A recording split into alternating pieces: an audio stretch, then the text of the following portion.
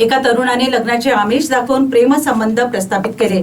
त्यानंतर तिच्यासोबत शारीरिक संबंध ठेवून अश्लील व्हिडिओ व्हायरल करण्याची धमकी देत 80,000ची मागणी केली। दरम्यान या प्रकरणी उमरखेड पोलिसांनी गुन्हा दाखल केलाय। बलदेव उर्फ गोलू शंकर राठोड असे अटक करण्यात आलेल्या आरोपीचे नाव आहे। आरोपीचे येथील एका 26 वर्षीय युवतीसोबत प्रेमसंबंध होते। या काळात आरोपीने युवतीला लग्नाचे आमिष देऊन तिचा विश्वास संपादन केला। त्यानंतर दोघांमध्ये शारीरिक संबंध प्रस्थापित झाले। दरम्यान आरोपीने दोघांचे अश्लील व्हिडिओ तयार करून ते सोशल मीडियावर व्हायरल करण्याची धमकी दिली। तसेच युवतीकडे 80,000 रुपयांची मागणी करून तिला मानसिक त्रास देण्यास सुरुवात केली।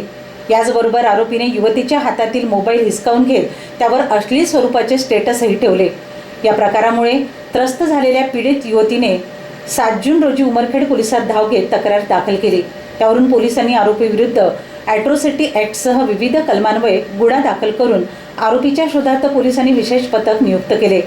दरम्यान तांत्रिक माहिती व गोपनीय सूत्रांच्या मदतीने आरोपी नांदेड परिसरात असल्याची माहिती मिळाल्यानंतर स्थानिक डीपी पथकाने सापळा रचून त्याला अटक केली।